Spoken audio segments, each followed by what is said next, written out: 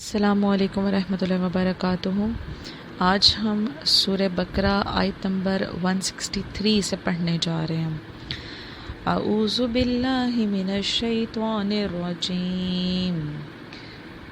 بسم اللہ الرحمن الرحیم۔ وَإِلَٰهُكُمْ إِلَٰهٌ وَاحِدٌ لا الہ الا هو الرحمن الرحیم۔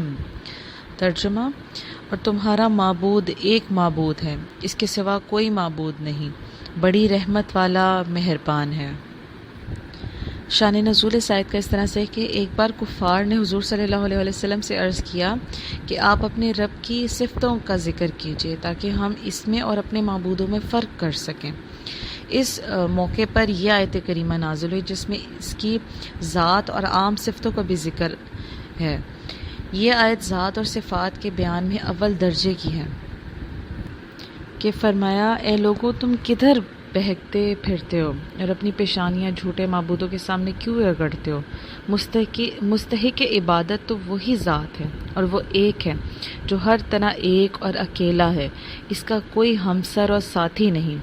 تمہیں یہاں اور وہاں نعمتیں دیتا ہے، چاہیے کہ جس کا کھاؤ اسی کا گاؤ۔ قدرت کا قانون ہے کہ حقیقتاً فیض دینے والا ایک ہی ہوتا ہے اور اس سے پہلا فیض لینے والا بھی ایک ہی ہوتا ہے۔ جیسے کہ سورج ایک بنایا اللہ پاک نے، تو وہی سورج جو ہے ساری کائنات میں، دنیا میں بھی اور دیگر سیاروں میں بھی جو ہے وہ روشنی پہنچانے والا ہے۔ چاند بھی سورج سے ہی روشنی لینے والا ہے، یعنی قدرت نے یہ قانون بنا رکھا ہے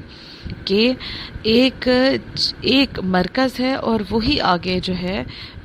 بانٹنے والا ہوتا ہے۔ تو اسی طرح جس طرح درخت کو دیکھ لیں آپ، ایک ہمارے سامنے پورا درخت ہوتا ہے تو اس کی ابتدا کس طرح سے ہوتی ہے؟ ایک بیج سے ہوتی ہے۔ ہر چیز کی ابتدا ایک واحد سے اللہ پاک نے شروع کی ہے، تو اسی طرح کائنات کی ابتدا جو ہے وہ بھی واحد ایک ذات نے فرمائی اور وہ اللہ پاک کی ہی کی ذات ہے، اور اللہ پاک کو کسی سہارے کی ضرورت نہیں ہے۔ اللہ پاک کا یہاں پہ کفار کو یہ سمجھانے کا مقصد تھا۔ انہوں نے مختلف معبود بنا رکھے تھے کہ ایک جو ہے وہ ہمیں رزق دینے والا ہے، ایک ہماری حفاظت کرنے والا ہے، ایک فلاں کام کے لیے، ایک فلاں کام کے لیے۔ ان کے نزدیک یہ تھا کہ رب تعالیٰ معاذ اللہ جو ہے وہ ایک رب کیسے سب کچھ سنبھال سکتا ہے، ان کی یہ سوچ تھی۔ تو اللہ پاک نے ان کی یہ سوچ کا جواب دیا کہ تمہارا معبود، تمہیں پیدا کرنے والا بلکہ ساری کائنات کو بنانے والا وہ ایک ہی ذات ہے، اور اسے کسی اور شے کی، کسی انسان، کسی مخلوق، کسی کی بھی اور حاجت نہیں ہے، اسے کوئی ضرورت نہیں ہے، بلکہ سب ہی اس کے محتاج ہیں۔ اگلی آیت ہے آیت نمبر 164۔ بسم اللہ الرحمن الرحیم۔ ان فی خلق السماوات والارض واختلاف اللیل والنہار والفلک التي تجری فی البحر بما ينفع الناس وما أنزل الله من السماء من ماء فأحيا به الأرض بعد موتها وبث فيها من كل دابة وتصريف الرياح والسحاب المسخر بين السماء والأرض لآيات لقوم يعقلون۔ ترجمہ، بے شک آسمانوں اور زمین کی پیدائش اور رات اور دن کا بدلتے آنا اور کشتی کا دریا میں لوگوں کو فائدہ پہنچانا اور چلتی جانا، اور وہ جو اللہ تعالیٰ نے آسمان سے پانی اتار کر مردہ زمین کو اس سے جلا دیا اور زمین میں ہر قسم کے جانور پھیلا دیے،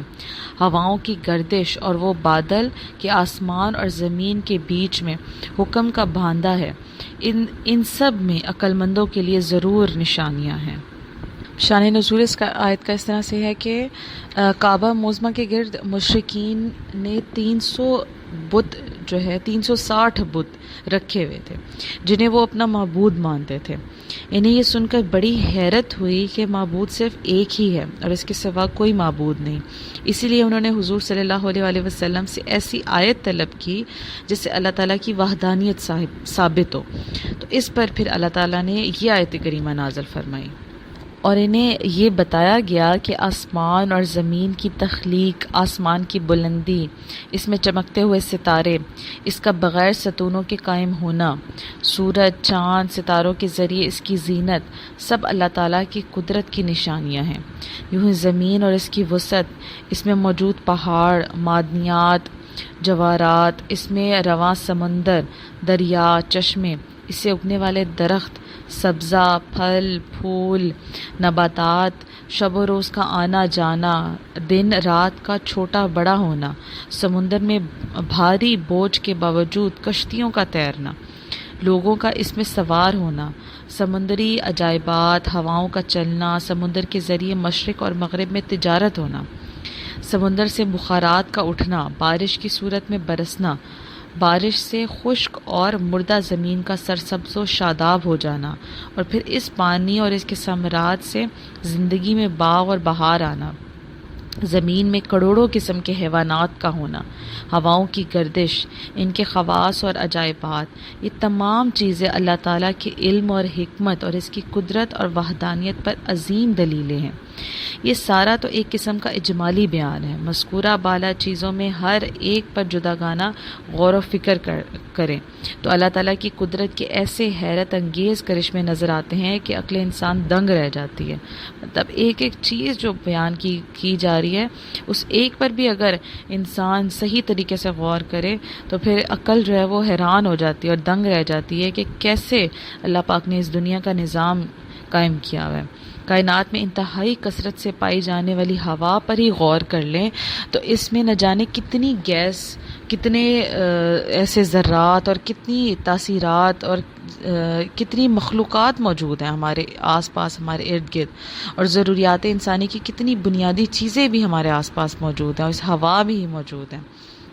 صرف یہی دیکھ لیں کہ اگر ہوا نہ ہو تو تمام انسان، دنیا میں بسنے والے تمام انسان، وہ 10 منٹ کے اندر اندر ہی مر جائیں، اللہ پاک اگر یہ ہوا ہی ختم کر دے۔ مطلب جو ہمارے ارد گرد جو آکسیجن ہے اور دیگر ایسی گیس جو ہمیں، جن کی ضرورت ہوتی ہے اور ہمیں پتہ ہی نہیں ہوتا کہ ہمارا نظام کس طرح سے چل رہا ہے۔ زمین کے اوپر اور ہوا میں پائے جانے والے جانوروں کی حیات سب ختم ہو جائے، اگر یہ صرف ایک ہوا اگر ختم ہو جائے تو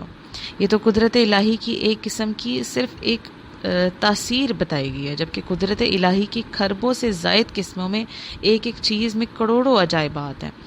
کسی زمانے میں آنکھ کو صرف دیکھنے کا ایک آلہ سمجھا جاتا تھا، اور علمی ترقی کے ساتھ ساتھ آنکھ کے ایسے ظاہری اور باطنی، جسمانی اور روحانی عجائبات سامنے آ رہے ہیں کہ اب صرف آنکھ سے متعلقہ علوم کی اقسام نہ جانے کتنی ہیں، اور لاکھوں لوگ اس علم کے ماہر ہونے کے باوجود اس بات کا دعویٰ نہیں کر سکتے کہ ہم نے اللہ تعالیٰ کی بنائی ہوئی ایک چیز، ابھی صرف جو آنکھ ہے، اس کا ہم مکمل طور پہ اس کا علم ہمیں حاصل ہو چکا ہے۔ یہ ابھی تک سائنسدان جو ہیں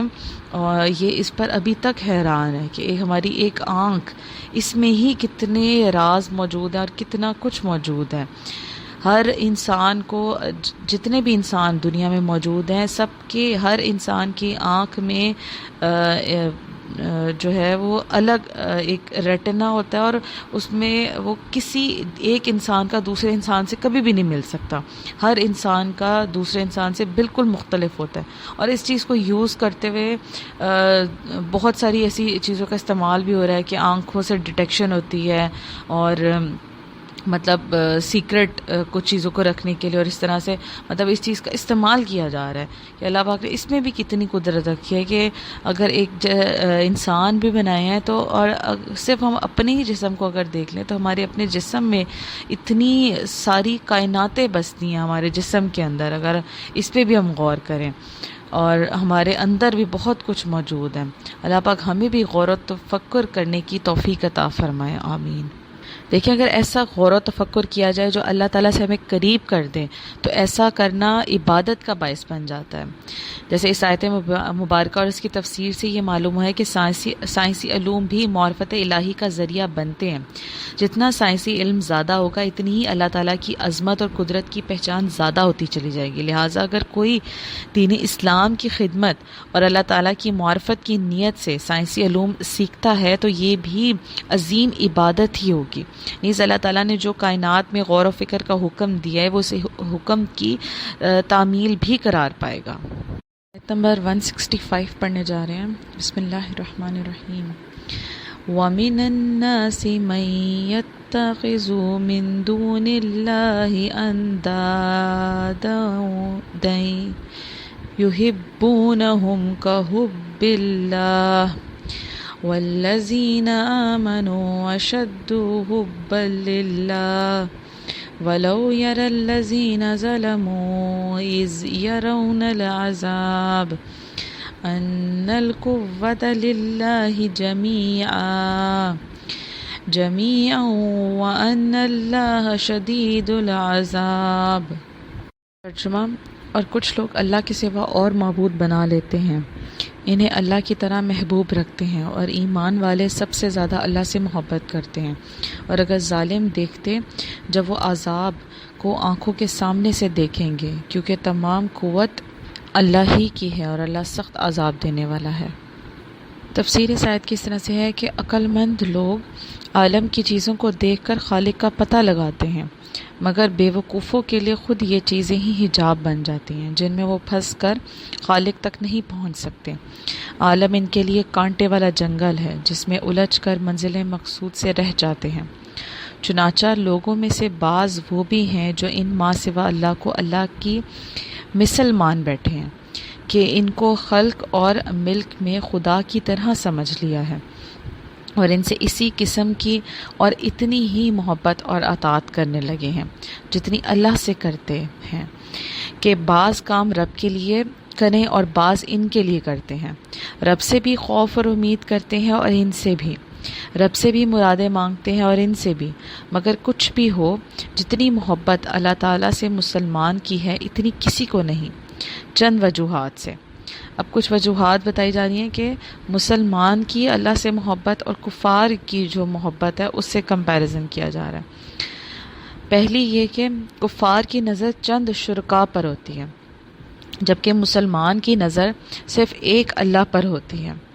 اور دو کی محبت سے ایک کی محبت زیادہ طاقتور ہے۔ مسلمان جو ہے وہ اللہ سے سب سے زیادہ محبت کرتا ہے، اور ایک اللہ، اس کے لیے ایک ہی اللہ ہے جس سے اس نے محبت کرنی ہے۔ دوسرا یہ کہ کفار کی محبت نفسانی خواہشات کے لیے ہوتی ہے، مسلمان کی محبت صرف اللہ تعالیٰ کے لیے ہوتی ہے۔ کفار تو رب کو اس لیے مانیں گے کہ وہ ہمارے کام آتا ہے، مسلمان کام کار، دوست، احباب، اولاد، ماں باپ، بلکہ اپنی جان سے بھی اسی لیے محبت کرتا ہے کہ یہ رب کا حکم ہے،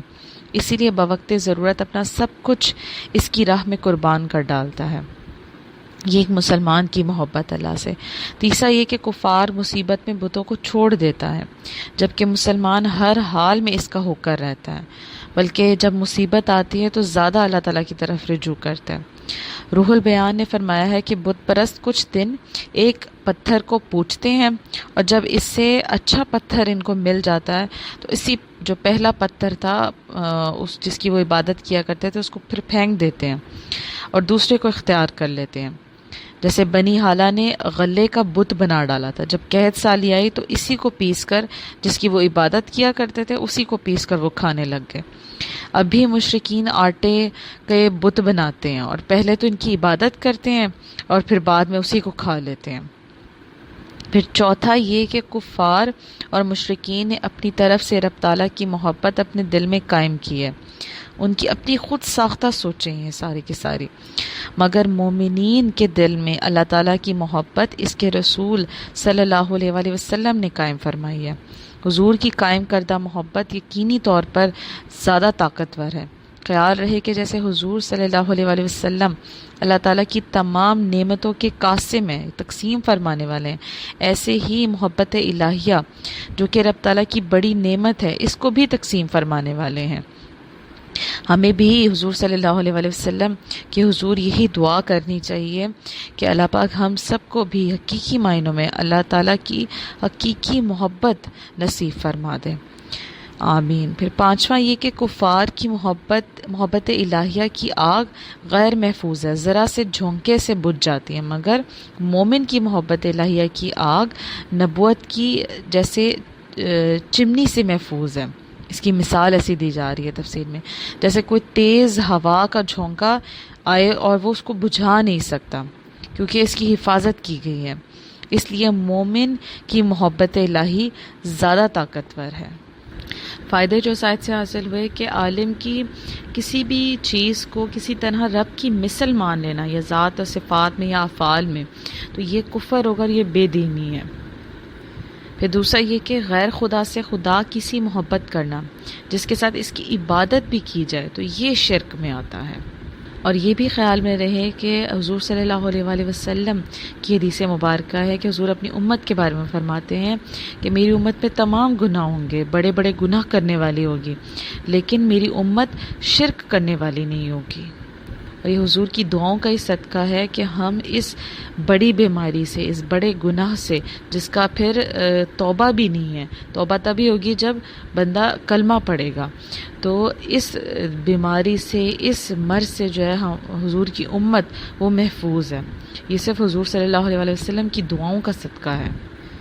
اور پھر جو بات یہاں پہ بیان کی جا رہی ہے کہ اور ایمان والے سب سے زیادہ اللہ سے محبت کرتے ہیں، تو کس طرح محبت ہے ان کی کہ اللہ تعالیٰ کے مقبول بندے تمام مخلوقات سے بڑھ کر اللہ تعالیٰ سے محبت کرتے ہیں۔ محبت الہی میں جینا، محبت الہی میں مرنا ان کی حقیقی زندگی ہوتا ہے۔ اپنی خوشی پر اپنے رب کی رضا کو ترجیح دینا، نرم اور گرم بستر کو چھوڑ کر بارگاہ الہی میں سجدہ ریز ہونا، یاد الہی میں رونا، رضا الہی کے حصول کے لیے تڑپنا، سردیوں کی طویل راتوں میں قیام اور گرمیوں کے لمبے دنوں میں روزے رکھنا، اللہ تعالیٰ کے لیے محبت کرنا اور اسی کی خاطر دشمنی رکھنا، مطلب اپنی ذات کے لیے نہیں وہ کرتے محبت، اللہ کے لیے محبت کرتے ہیں۔ اور کسی سے دشمنی ہے تو وہ اللہ کی محبت میں ہی ہوتی ہے کہ یہ شخص اللہ کا نافرمان ہے تو اس وجہ سے، یا نبی کا نافرمان ہے یا گستاخ ہے تو اس وجہ سے اس سے نفرت کرنا، یعنی کہ اللہ کے لیے محبت اور اللہ کے لیے نفرت، اور اس کی خاطر کسی کو کچھ دینا اور اسی کی خاطر کسی سے کچھ روک لینا، نعمت پر شکر، مصیبت میں صبر، ہر حال میں خدا پر توکل کرنا، اپنے ہر معاملے کو اللہ تعالیٰ کے سپرد کر دینا، احکام الہی پر عمل کے لیے ہر وقت تیار رہنا، دل کو غیر کی محبت سے پاک رکھنا، اللہ تعالیٰ کے محبوبوں سے محبت کرنا اور اللہ تعالیٰ کے دشمنوں سے نفرت کرنا، اللہ تعالیٰ کے پیاروں کا نیاز مند رہنا، اللہ تعالیٰ کے سب سے پیارے رسول اور محبوب صلی اللہ علیہ وآلہ وسلم کو دل و جان سے محبوب رکھنا،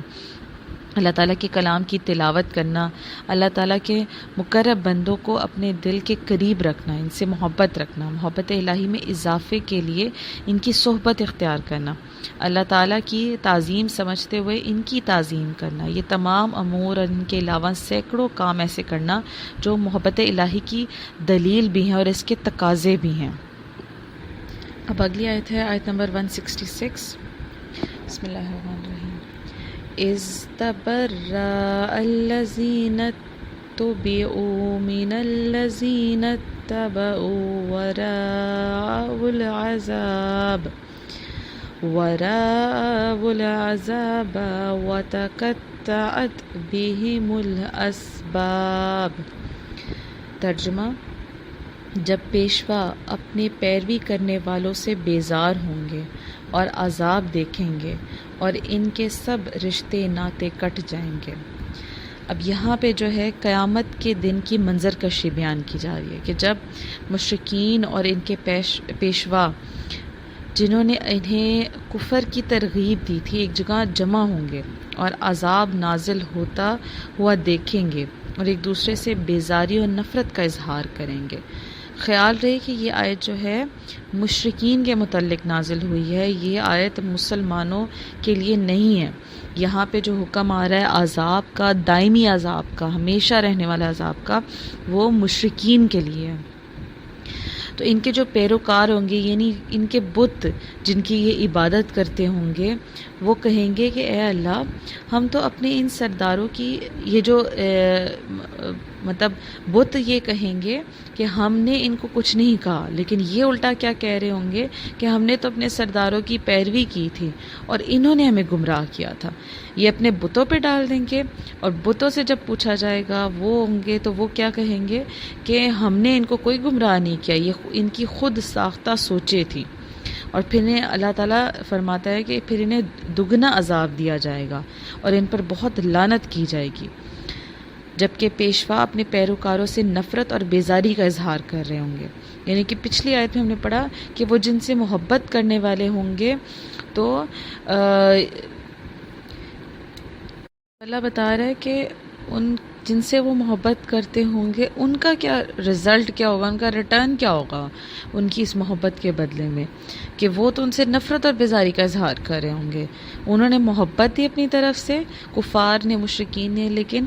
ان کے بتوں کی طرف سے کیا آیا ان ریٹرن؟ بیزاری اور نفرت۔ لیکن دیکھیں اللہ کی محبت انسان کو کیا دیتی ہے، اور دنیا میں بھی دیتی ہے، کہ اللہ سے محبت، اللہ کی طرف رجوع کرنا۔ تو اللہ پاک تو یہ کہتا ہے تم میری طرف 1 قدم بڑھاؤ، میں تمہاری طرف 10 قدم بڑھاؤں گا۔ یعنی اللہ تعالیٰ تو دگنا اور اس سے بھی کئی زیادہ، ہماری سوچ سے بھی زیادہ ہم سے محبت کرتا ہے، اور ہمیں محبت کا ریٹرن بھی دیتا ہے۔ پھر جو فرمایا گیا کہ ان کے سب رشتے ناتے کٹ جائیں گے، یعنی قیامت کے دن کافروں کے وہ تمام تعلقات جو دنیا میں ان کے ہوں گے، خواہ ان کی دوستیاں، رشتہ داریاں ہوں یا باہمی موافقت کے عہد، وہ سب کے سب ختم ہو جائیں گے، اور ہر کوئی اپنے اعمال کا جواب دے ہوگا، کوئی کسی کا مددگار نہیں بن سکے گا۔ اب یہ بات بھی یاد رہے جو یہاں پہ فرمایا جا رہا ہے، وہ یہ کہ قیامت کے دن کفار کے سب رشتے ناتے ٹوٹ جائیں گے، وہ ایک دوسرے کو کوئی پہچاننے والا نہیں ہوگا۔ لیکن جہاں مسلمانوں کی بات ہوگی ان کے ساتھ یہ معاملہ نہیں ہوگا، مسلمانوں کے رشتے ناتے بھی باقی رہیں گے، کہ اولیاء، متقین اور صالحین یہ مسلمانوں کے ساتھ ہوں گے، جو ان سے محبت کرنے والا ہوگا، ان کی پیروی کرنے والا، ان کی اطاعت کرنے والا ہوگا، ان کے بتائی جانے والی باتوں پر عمل کرنے والا ہوگا۔ اور اسی کے متعلق قرآن میں اللہ پاک فرما رہا ہے، پرہیزگاروں کے علاوہ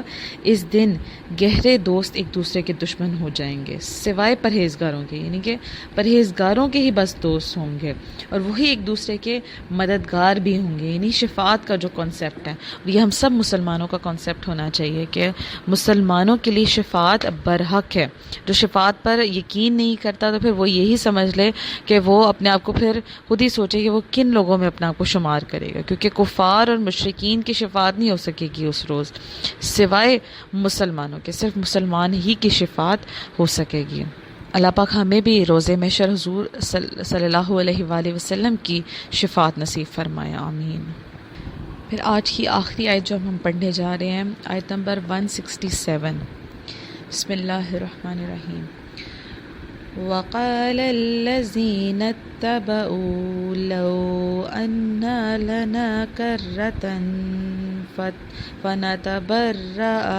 منهم كما تبرأوا منا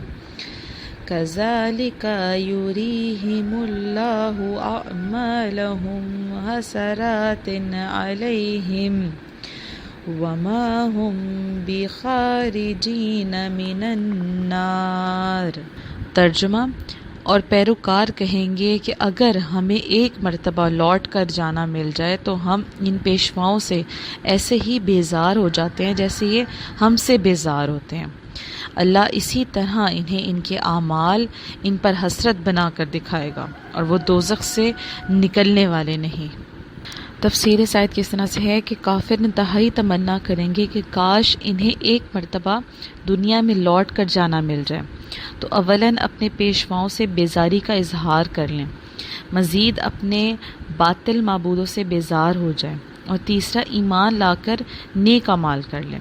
کافروں کی موت کے وقت بھی ایسی ہی تمنائیں ہوں گی، جیسے کہ سورہ مومنون کی آیت نمبر 99 اور 100 میں ہے کہ کافر کہے گا کہ اے اللہ مجھے واپس لوٹا دے تاکہ میں کچھ تو نیکی کر لوں۔ یوں ہی سورہ زمر کی آیت نمبر 58 ہے کہ کافر کہے گا اے کاش مجھے ایک مرتبہ واپسی مل جائے تاکہ میں نیکیاں کر سکوں۔ اب یاد رہے کہ ایمان اور اعمال صالحہ کی اصل حسرت تو کافر ہی کو ہوگی، لیکن مسلمان بھی نیکیوں کی کمی اور گناہوں میں ملوث ہونے پر حسرت کا اظہار کریں گے، جیسے کہ حدیث مبارکہ میں ہے کہ نبی کریم صلی اللہ علیہ وسلم نے فرمایا ہر مرنے والے کو افسوس اور ندامت ہوگی۔ صحابہ کرام نے عرض کیا کہ یا رسول اللہ صلی اللہ علیہ وسلم کیا ندامت ہوگی؟ تو فرمایا اگر نیک ہوگا تو زیادہ نیکیاں نہ کرنے پر شرمندہ ہوگا، اس کو ندامت ہوگی، اور اگر گنہگار ہوگا تو گناہوں سے باز نہ آنے پر ندامت ہوگی۔ ترمذی شریف کی حدیث ہے۔ پھر یہ کہ حسرت کی اور بھی صورتیں ہوں گی، جیسے دوسرے پر ظلم کرنے اور انہیں تکلیف دینے والوں کو ڈھیروں ڈھیر نیکیوں کے باوجود حسرت ہوگی، کیونکہ ان کی نیکیاں دوسروں کو دے دی جا رہی ہوں گی۔ مسلم شریف کی حدیث ہے۔ پھر فرمایا کہ جیسے